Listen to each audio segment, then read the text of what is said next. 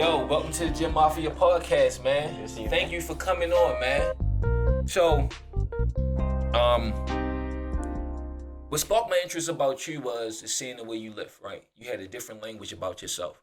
And if you in a gym, you could tell who's who by, the way they lift, the way they use the equipment, seeing them all the time, the discipline, and not just that, the way they lift. And me, I'm a mediocre lifter. I'm not a power lifter, nor am I a bodybuilder, but I just lift weights, recreational, but it's a big part of my life.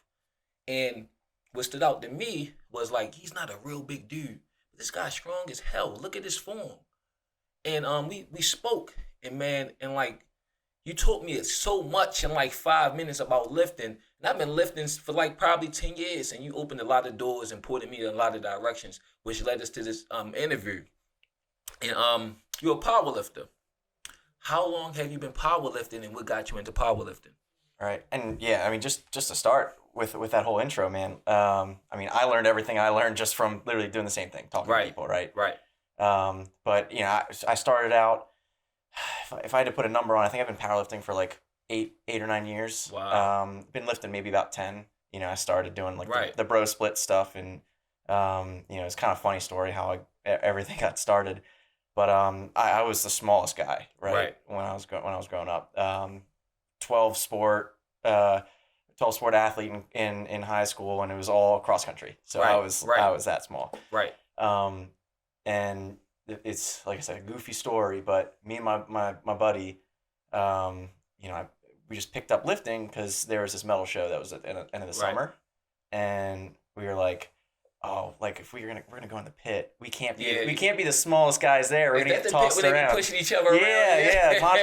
Mosh pit. Yeah. So we're like, we can't be the smallest guys. So that's kind of how it started. So we just spent summer lifting, took it back to college, lifted there, and kind of gave up running. But I had to always just be moving. Right. Probably took 2 weeks off, sitting there playing video games. And I was like, all right, I'm starting to get like the real freshman 15 and all that stuff.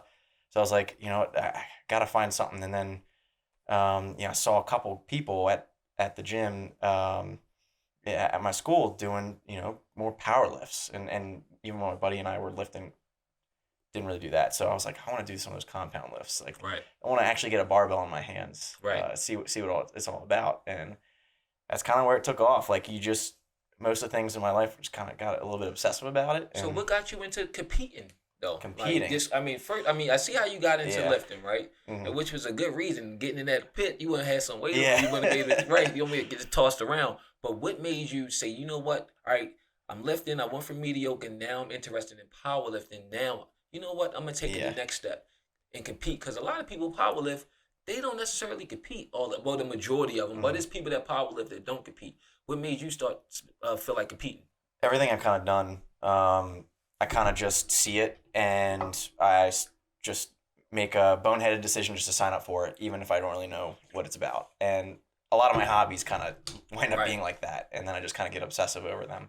So it was just that. Like, I saw it online. I saw some YouTube videos of some powerlifters, some of the old school guys in particular, like Ed Cohen and those guys. And, I was like, maybe I want to do this.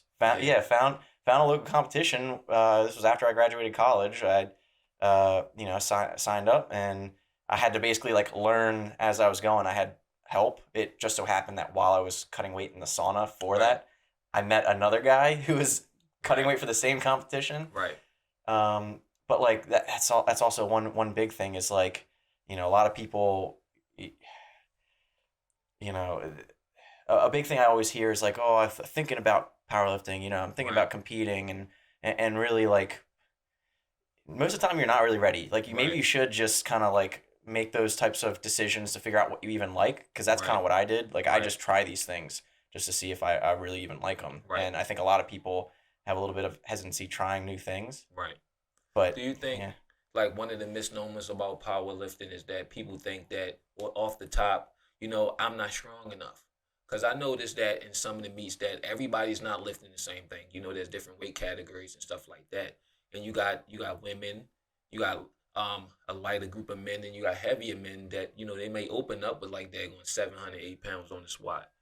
So, like, for people who may think that they got to be able to lift 1,000 pounds to come into powerlifting, what would you say to them? Like, what would you say to like the average guy been lifting for a year and he's interested in powerlifting? I mean, just statistically speaking, like so few people are gonna ever hit that elite level. Right, So you got to kind of look at it that way. It's like most of these local competitions don't have those folks in them. right, You can't feel like you're intimidated or you have to be a certain level in order to right, compete. Like that's always a thing that I try to like whenever I see folks right, at either the gyms we go to.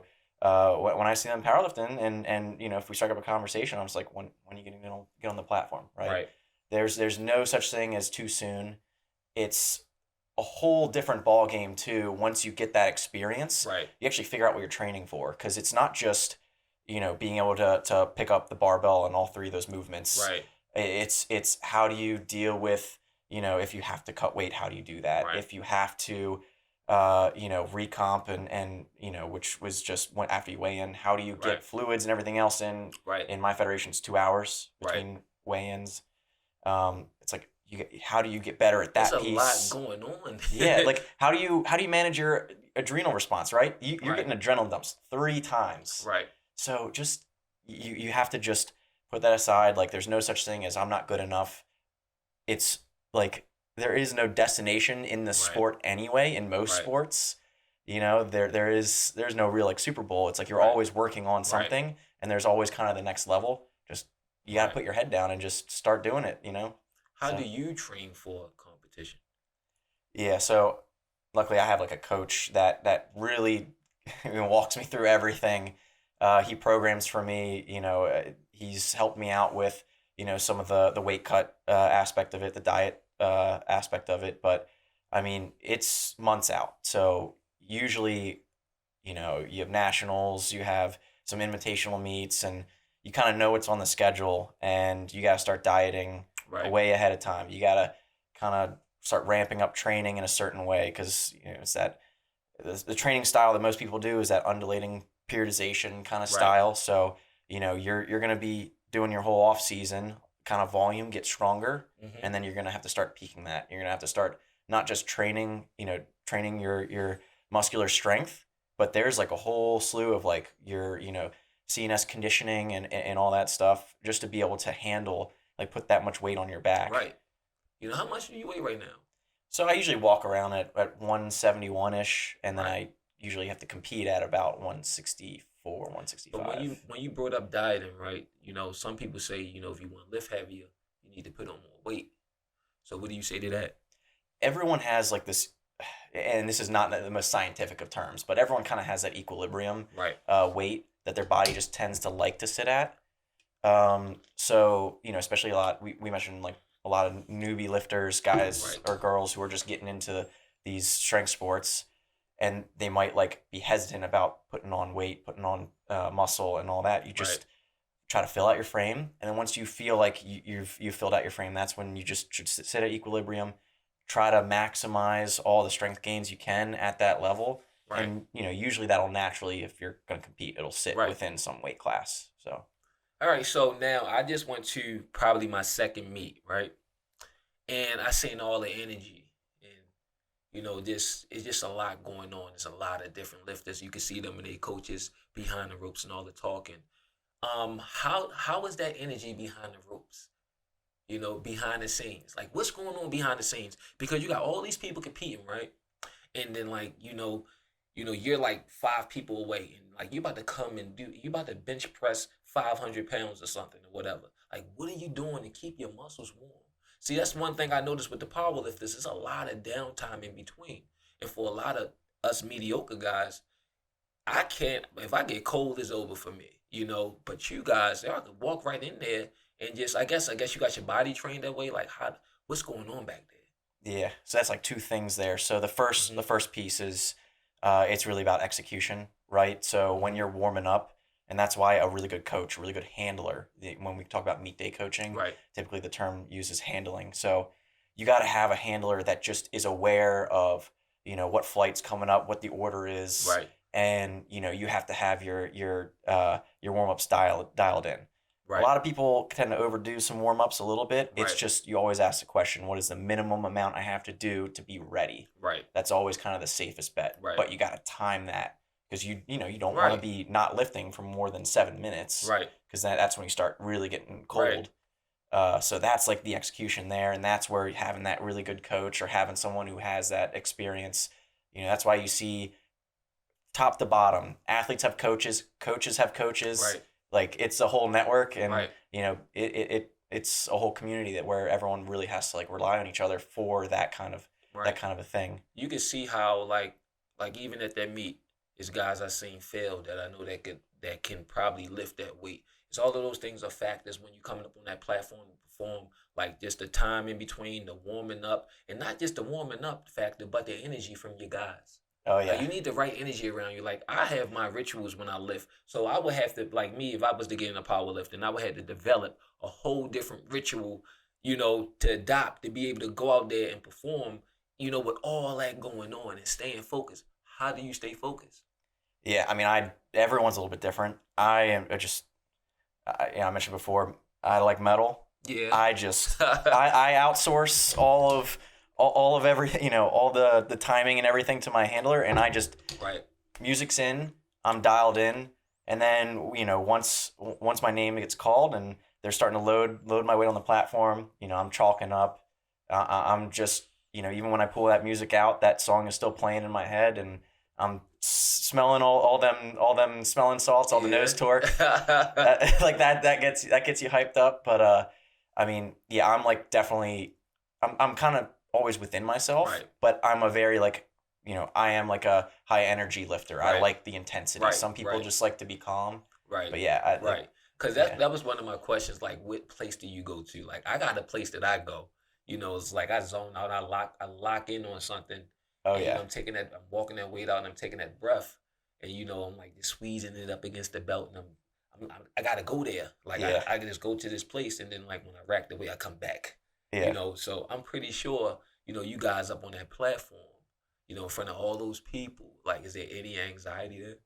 I mean, there probably is. For a lot of folks, there sort of is for me. Yeah. But like I said, I get into that zone, man. I black out. Like, Right. sometimes I can't even tell, who's sitting out in the stands. If my coach is trying to tell me to do something, I can't always hear it. Right. And then sometimes the judges too. They give you commands. They Right. have all the commands.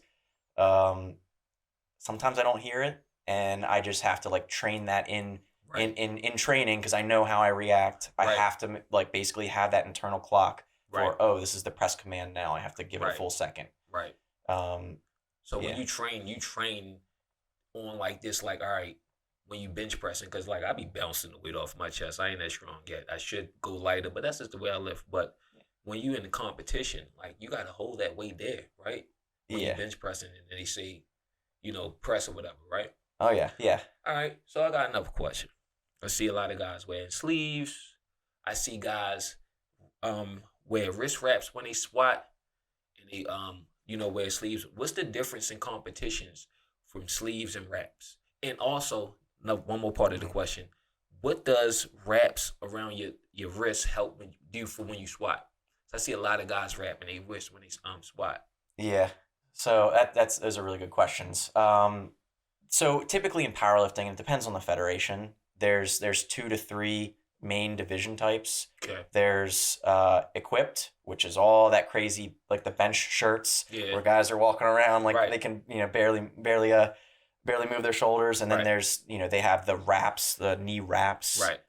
And that stuff all adds like 100 pounds plus depending on how you use it. Right. And it's a really cool sport. It's a little bit old school. Right. I don't really like relate too much to it, but there's a lot of skill, technique, and finesse to get as much as you can out of that equipment. Right. Now, there's another sort of in between that's called raw with wraps, Right. which just means all you can use are those knee wraps. Right. But I do raw lifting, and that's really what's gotten really popular since maybe 2014. And the sleeves are technically not supportive. Right. Some people might have a little bit of their own feelings around it, but it just, it's supposed to keep your muscles warm, your knee warm, Right. kind of protected. It gives you a little bit of a proprioceptive effect, so Right. knowing where your knees are in True. space. Right. Right. And then, you have your belt, which is for all those different, all those different classes. Right. And then, you typically all you can really have is your singlet, no bench shirts or anything, and then you can have your wrist wraps. So, but all right. So I understand like the knee wraps and the benefits of it, but I just don't understand the wrist wraps when you squat. So what does that pose? What does that help? What is the benefit to that? Right. So, I mean, it's mainly for low bar is kind of like the thing. So when you really try to get that scapular retraction and you really sit it below the shelf of like your rear delts, some Right. people, especially some women who have that extra shoulder mobility, they really do some low bar. So Right. they're getting really low. That puts a lot of stress on your wrists and your Okay. hands. So, I just do it because it's just a little bit of a comfort Right. thing. Right. I'm just gonna put it around my wrist, try to keep myself from getting any sort of like tendonitis or any overuse injuries. But that's really what it is. It's just for overuse. So do just like you say you into raw lifting in your federation.